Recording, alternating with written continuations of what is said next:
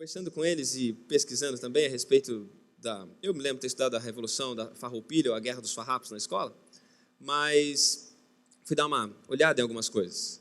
E o que a gente mais vê é aquilo que acontece com quase todas as histórias. As histórias, elas se tornam mais românticas com o passar do tempo. Às vezes, elas não são tão bonitas quanto a gente conta hoje. A gente coloca tantos elementos, a gente enriquece as histórias, a gente coloca motivos tão nobres, a gente transforma pessoas em heróis com uma facilidade. E hoje se sabe, até mesmo os mais fanáticos gaúchos reconhecem, que existe muito romance por trás da história da Revolução Farroupilha. Existem muitos motivos maravilhosos que são dados e que talvez eles não existiam tão fortemente assim. Os ideais de uma república, talvez eles tinham muito mais a ver, e hoje se acredita nisso, se sabe disso, que tinham muito mais a ver com questões econômicas. O Rio Grande do Sul se sentia, talvez com razão, prejudicado em relação às outras províncias. O Rio Grande do Sul produzia couro e charque, e apenas para o mercado interno eram produtos altamente taxados, ao passo que as outras províncias que produziam para o mercado externo, vendendo cana-de-açúcar e café, tinham taxas muito menores. Havia algo que não funcionava muito bem economicamente para o Rio Grande do Sul, e então, que na verdade era a província São Pedro do Rio Grande do Sul, e por essas questões alavancaram então a necessidade de se é que existia uma necessidade de uma revolução, os ideais da revolução. São questões econômicas. Pouco se fala, por exemplo, da atuação e da forte atuação da presença maçônica nos movimentos revolucionários. Bento Gonçalves foi um dos pioneiros maçônicos do Rio Grande do Sul, e ele abriu lojas maçônicas em diversos lugares. Existia grande presença maçônica no começo e nas ideias e nos movimentos revolucionários. Mas, como a gente tem paixão por algumas histórias falam no nosso coração e a gente quer contar essas histórias, nós queremos que elas marquem o coração das pessoas. Para isso, a gente às vezes troca os motivos. A gente tem uma facilidade em romantizar as coisas. Nós preservamos a reputação das nossas histórias romantizando os motivos. A gente dá novas cores e perpetua algumas histórias, dando romance. Às vezes, esses romances, eles servem simplesmente para chamar a atenção das pessoas para uma história que nem é tão bonita assim. Ou simplesmente para impactar, ou para causar pena. A gente troca os motivos, troca as histórias, muda os fatos, engrandece algumas pessoas e diminui algumas outras, de tal forma que as histórias fiquem mais atrativas. A gente faz isso com a Bíblia, a gente faz isso com a nossa relação com Deus até mesmo. Eu não sei como é que acontece isso, mas a gente ouve, por exemplo, uma coisa.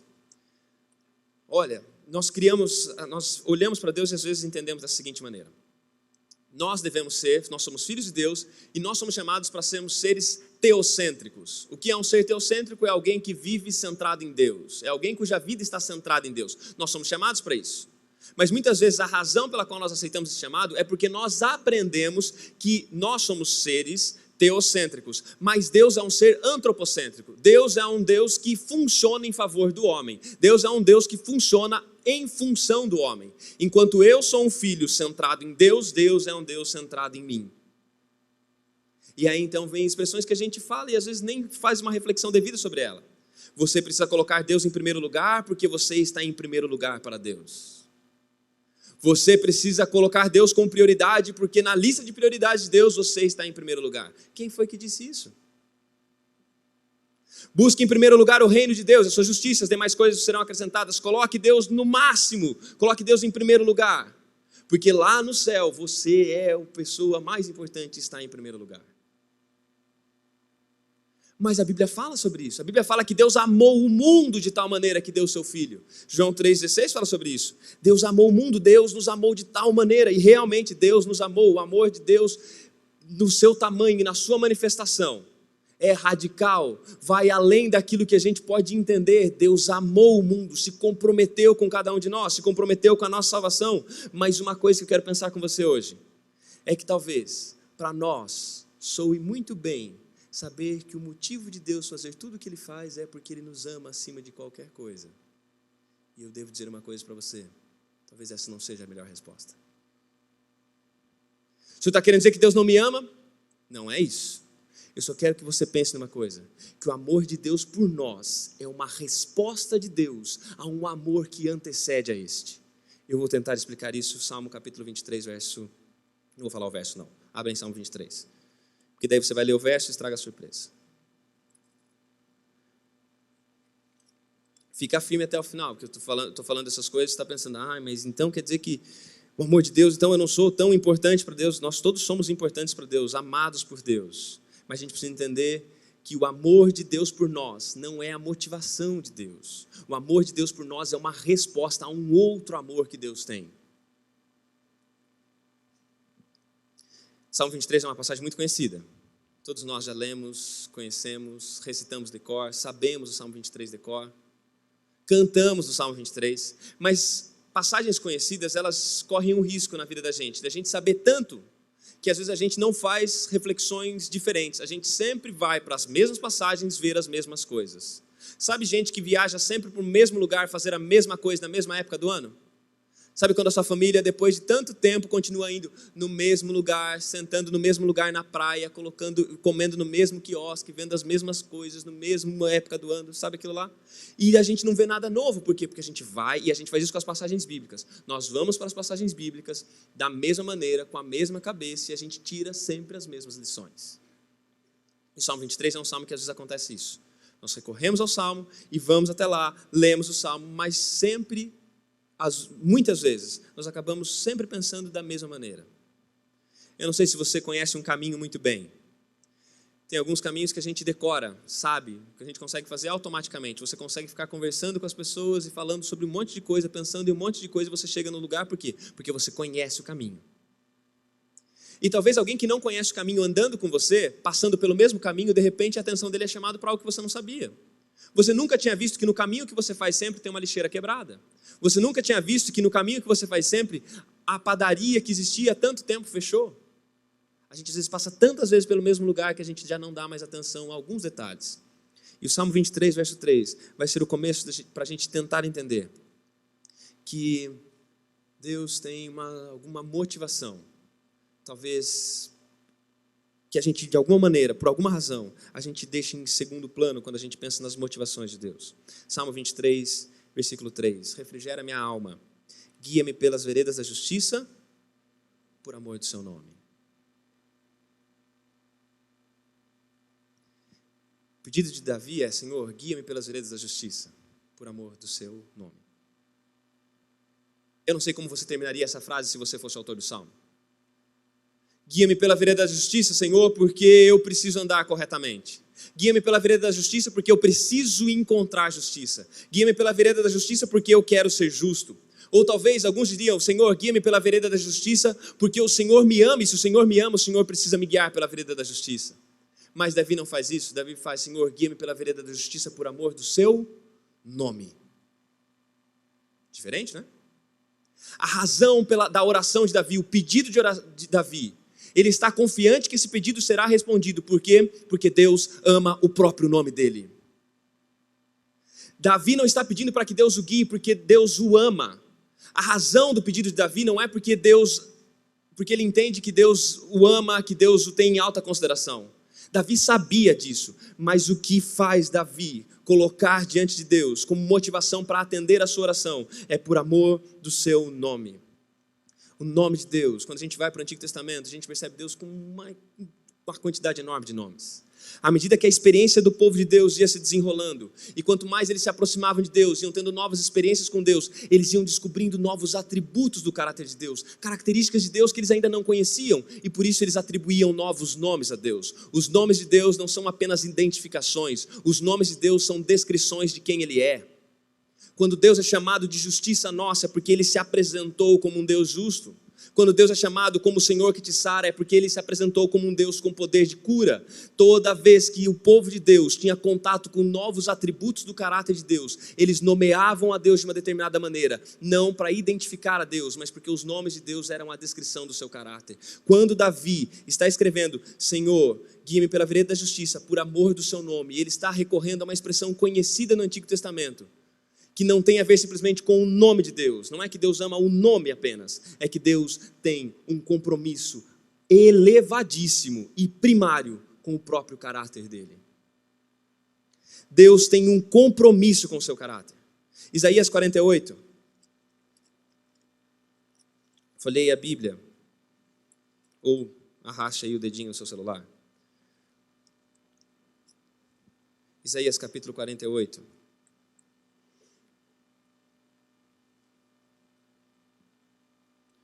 Deus está dizendo através do profeta Isaías por que ele ia se manifestar com misericórdia, qual é a razão dele agir.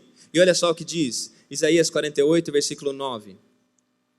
Por amor do meu nome, retardarei, olha só que interessante, por amor do meu nome, retardarei a minha ira, e por causa da minha honra me conterei para contigo, para que te não venha exterminar.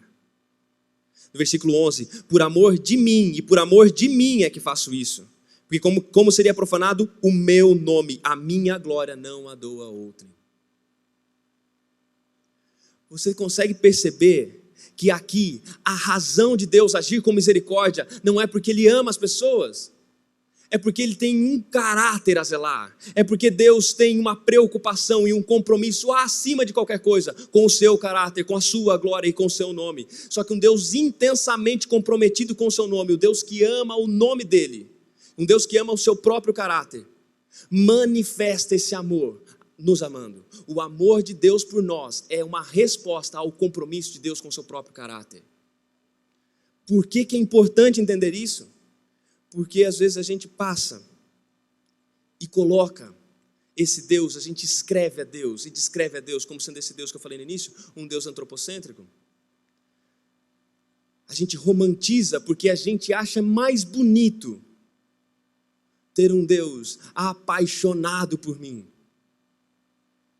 Quando no final das contas, nós temos um Deus que ama o nome dEle, que ama o caráter dEle, que ama a glória dEle, e nesse amor ao caráter dEle, Ele responde a esse próprio amor que Ele tem por Ele, pelo seu nome, pelo seu caráter, Ele responde a esse amor nos amando, e não o contrário. Jonathan Edwards escreveu um livro em 1960, e o livro fala o seguinte, entre outras coisas, o livro fala exatamente sobre isso, sobre o amor de Deus, sobre o valor de Deus, a sua própria glória.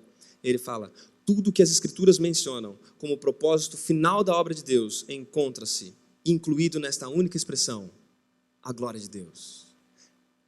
A gente tem um verso que a gente usa muito quando a gente quer que as pessoas parem de comer umas coisas, já viu? Quer comais, quer bebais, ou façais qualquer outra coisa, fazei tudo para a glória de Deus. Então para de comer isso, para de beber aquilo, porque é para a glória de Deus. E a gente sempre reduz a isso. Coma ou beba, faça para a glória de Deus. Mas a gente esquece que o comer e beber é só o começo do verso. Quer comais, quer bebais ou façais qualquer outra coisa.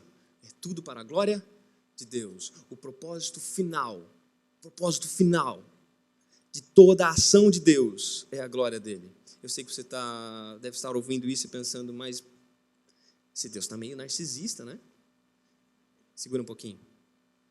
Quando a gente olha para a Bíblia, vez após vez, o que é apresentado para a gente é esse Deus comprometido com o nome dEle. Como eu disse, nome não apenas a expressão, não apenas um punhado de letras, mas nome como sendo a descrição do caráter. Deus está comprometido com o caráter dEle. Por exemplo, Efésios capítulo 1, verso 6. Porque Deus nos predestinou em amor para sermos seus filhos. Por que Deus nos escolheu para sermos seus filhos? Porque Ele nos achou bonitinhos? Não, Efésios 1, verso 6 diz, para o louvor da sua graça. Quando você vai, por exemplo, para Isaías 43, verso 7. Por que Deus criou o mundo? Deus criou o mundo porque Ele queria ver a gente. Porque Ele queria ver a gente andando por aí, construindo coisas, vendo a grama, colhendo flores. Deus queria ver a gente tirando foto do mundo, não é por isso não. Isaías 43, verso 7, eu os criei para a minha glória. Êxodo capítulo 9, verso 16, por que Deus levantou o faraó, endureceu o coração dele, logo depois manifestou-se poderosamente libertando Israel. Êxodo 9, 16, para proclamar o seu nome em toda a terra. Por que Deus poupou Israel, mesmo Israel sendo rebelde? Ezequiel 20, 14, mas por amor do meu nome eu agi, evitando que o meu nome fosse profanado no meio das nações. Porque Deus não destruiu Israel quando o rejeitaram como Senhor e resolveram ter um outro rei como as outras nações? Nós não queremos mais Deus, nós queremos um rei aqui, fisicamente, queremos ver. 1 Samuel 12, 22, por causa do seu grande nome o Senhor não os rejeitará. Porque Deus fez voltar os israelitas do cativeiro. Davi na sua oração, Daniel na sua oração no capítulo 9, ele ora a Deus dizendo, Senhor, por causa do seu grande nome, Ele diz, por amor de ti, Senhor, olha com bondade para o teu santuário abandonado. Quer entender e acabar e ficar com isso bem claro na sua cabeça? João capítulo 12, eu quero ler com você. Por que Jesus veio ao mundo? Jesus veio ao mundo para nos salvar. E ele mesmo fala sobre isso. Eu vim buscar as ovelhas perdidas da casa de Israel. Eu vim para que vocês tenham vida e a tenham em abundância. Porque eu não vim para condenar, o Filho do Homem não veio para condenar o mundo, mas para que o mundo fosse salvo por ele. Mas João capítulo 12 coloca a essência da razão de Cristo vir para salvar. Capítulo 12, verso 27. Agora está angustiada a minha alma. E que direi eu? Pai, salva-me desta hora? É a pergunta de Jesus. E aí então ele continua. Mas precisamente com este propósito vim para esta hora. E qual que é o propósito? Pai, glorifica o teu nome. Eu não sei se você consegue entender qual que é a profundidade disso. O que Jesus está dizendo é o seguinte: eu vim para salvar, eu vim para que vocês tenham vida e vida em abundância, mas tudo isso Deus faz porque Ele tem um motivo. Qual que é a razão de Deus salvar? Qual que é a razão de Cristo ter vindo ao mundo? É para a glória de Deus. E como é que Deus é glorificado? Deus é glorificado através da oferta de salvação que Ele faz para os seus filhos. Deus é glorificado, e o nome de Deus, o caráter de Deus é lembrado dessa maneira. O compromisso de Deus é de ser Deus antes de qualquer coisa. E aí eu volto à pergunta, mas Deus ficou parecendo um pouco narcisista? Sabe aqueles álbuns do Facebook que você abre e o álbum chama Eu? E tem a pessoa em todas as caras possíveis do mundo. Ou aquele Instagram que você vai lá e você vai descendo, e também tem fotos e fotos e fotos e fotos e fotos da pessoa e um monte, a cara, perfil, olhando para o horizonte, olhando para baixo,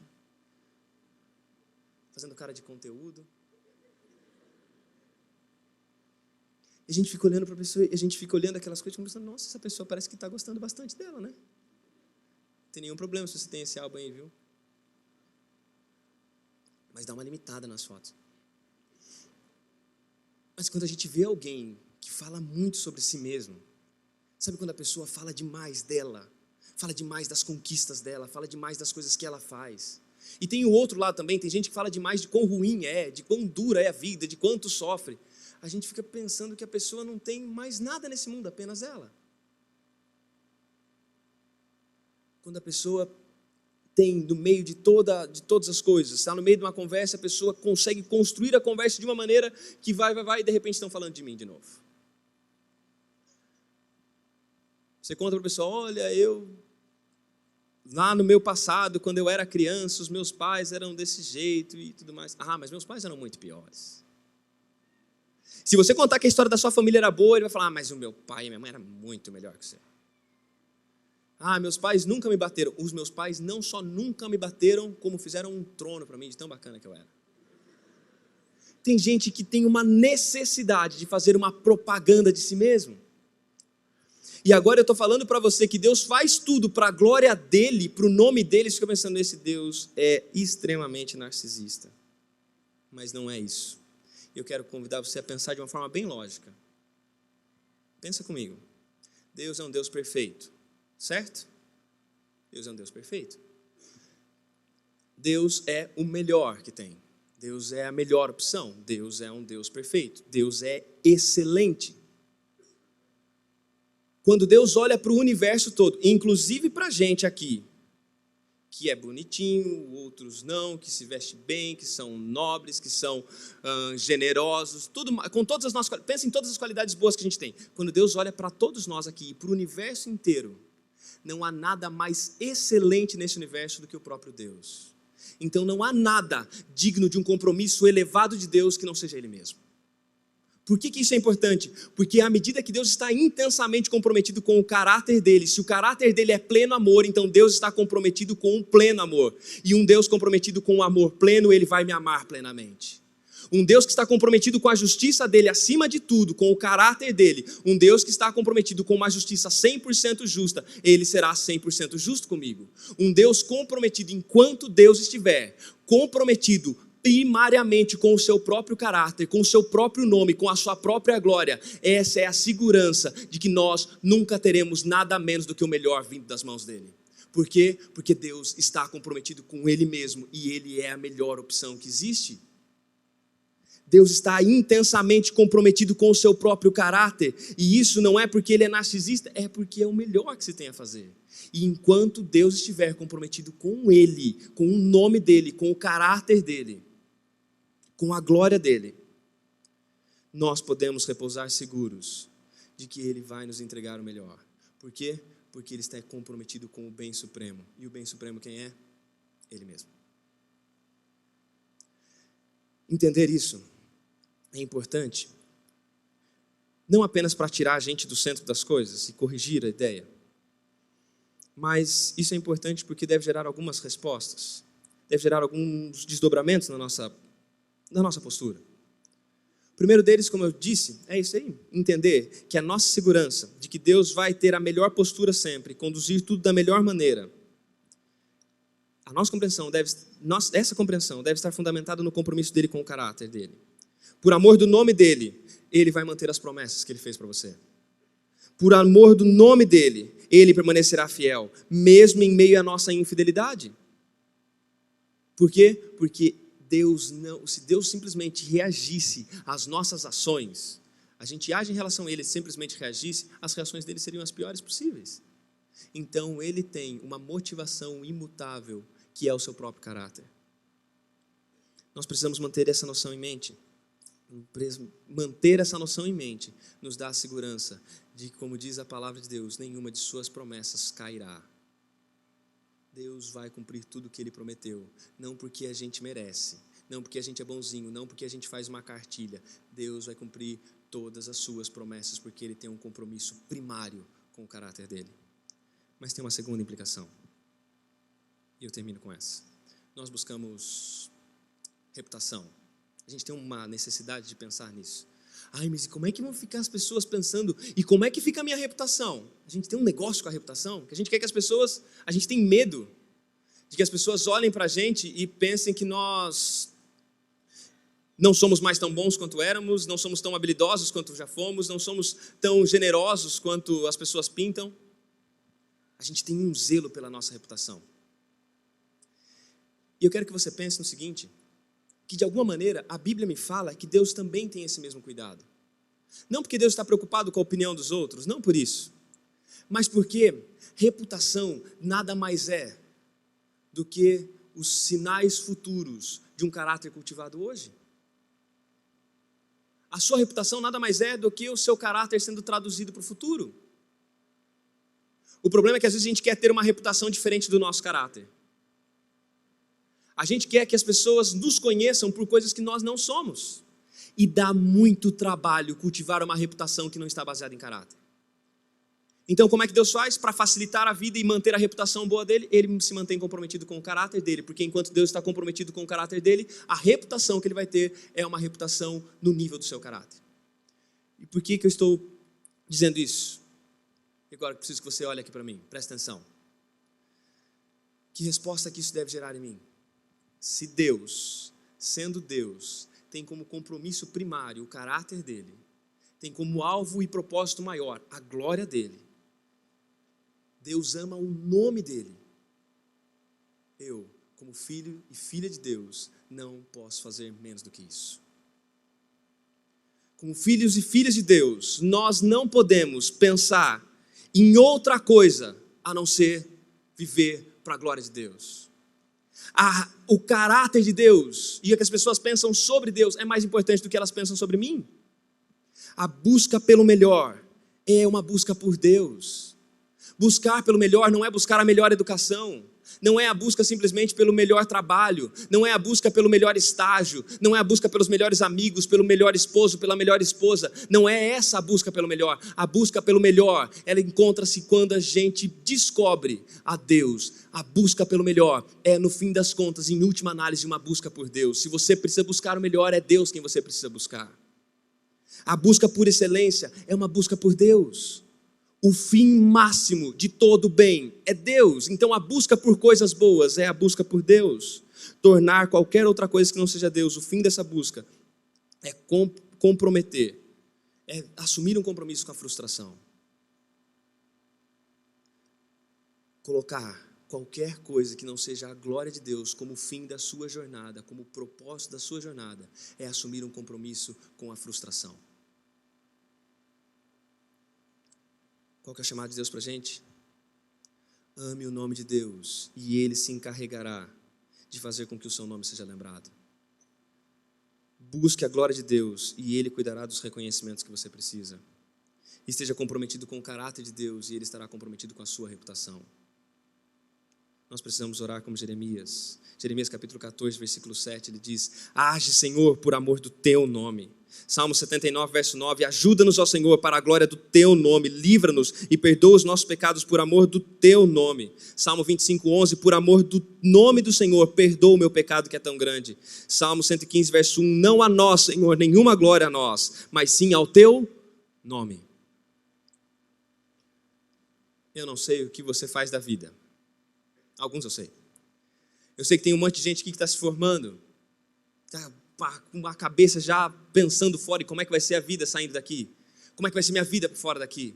Eu não sei como vai ser a sua vida. Eu não sei qual é a reputação que Deus tem. Eu não sei qual é o futuro que Deus tem para você. E eu até falei sobre isso no dormitório masculino, no culto da terça-feira. A gente criou uma obsessão por conhecer a vontade de Deus. Já percebeu isso? Eu preciso saber qual que é a vontade de Deus para a minha vida.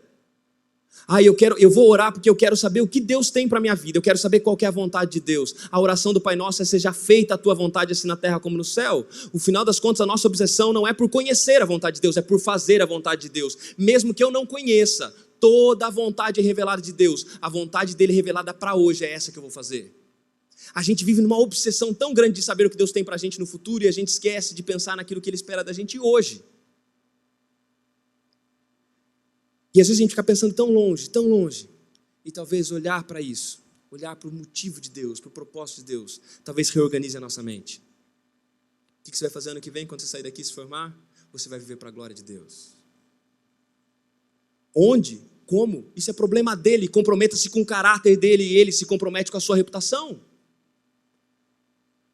Mas eu tenho tantos planos acadêmicos, eu cheguei aqui esse ano, eu tenho tantos sonhos, como é que vai ser? Eu não sei se eu mudo de curso, eu não sei se ano que vem eu faço alguma outra coisa, eu não sei se eu mudo completamente a carreira, os rumos que eu estou seguindo. Querido, comprometa-se com a glória de Deus, e Deus vai cuidar da sua reputação. Comprometa-se com o caráter de Deus, e Deus vai lhe dar um caráter parecido com o dele para que você tome as melhores decisões. Comprometa-se com o caráter de Deus, porque o compromisso com o caráter de Deus é o melhor compromisso que a gente pode ter, é o melhor ideal que a gente pode ter. Deus vai cuidar do resto. Eu volto lá para Salmo 23, verso 3. Guia-me pela vereda da justiça por amor do teu nome. O nome de Deus e os nomes que Deus recebe na Bíblia são as descrições do seu caráter. São definições de quem Deus é. A gente vai cantar uma última música. É uma música que você conhece. E se não conhece, vai conhecer agora. É uma música que a gente já cantou bastante esse ano. Eu nem sei quantas vezes já cantei. Vou chamar a equipe de louvor para vir junto aqui ajudar. A música chama Teu Santo Nome. A gente não vai terminar o culto de hoje orando por nós. A gente não vai terminar o culto de hoje cantando uma música que fala das nossas necessidades, que fala dos nossos problemas, que fala da nossa realidade, que fala dos nossos grandes feitos. Nós não vamos terminar o culto de hoje falando para Deus das nossas preocupações para a semana. Nós não vamos terminar o culto de hoje falando sobre o tanto de demandas que a gente tem recebido, sobre as dificuldades, sobre o peso das cargas que nós temos. Nós vamos terminar o culto de hoje dizendo: Senhor, o nome do Senhor é santo, e nós assumimos um compromisso com a santidade do teu nome. O nome do Senhor é excelso, e nós assumimos um compromisso com a excelência do teu nome. O Senhor é um Deus de um caráter perfeito, e nós assumimos um compromisso não com a perfeição do nosso caráter, porque o nosso caráter não dá para ser perfeito, mas com a perfeição do teu caráter. Nós assumimos um compromisso com a tua glória. Enquanto nós existimos, vivemos e nos movemos, vamos fazer isso para a glória de Deus. Eu não sei do seu futuro, mas eu sei que o seu presente você pode dizer: Senhor, o teu nome é mais importante do que o meu, então eu vivo pelo teu nome. Se o meu for esquecido, que o teu seja lembrado. O teu caráter é mais importante que o meu. Então que as pessoas não olhem para os meus defeitos, não olhem para as minhas qualidades, mas olhem para a excelência do teu caráter em mim. A gente vai orar para que Deus seja glorificado acima de tudo e que o nome dele seja não apenas o motivo pelo qual ele age, mas seja o motivo pelo qual nós agimos também.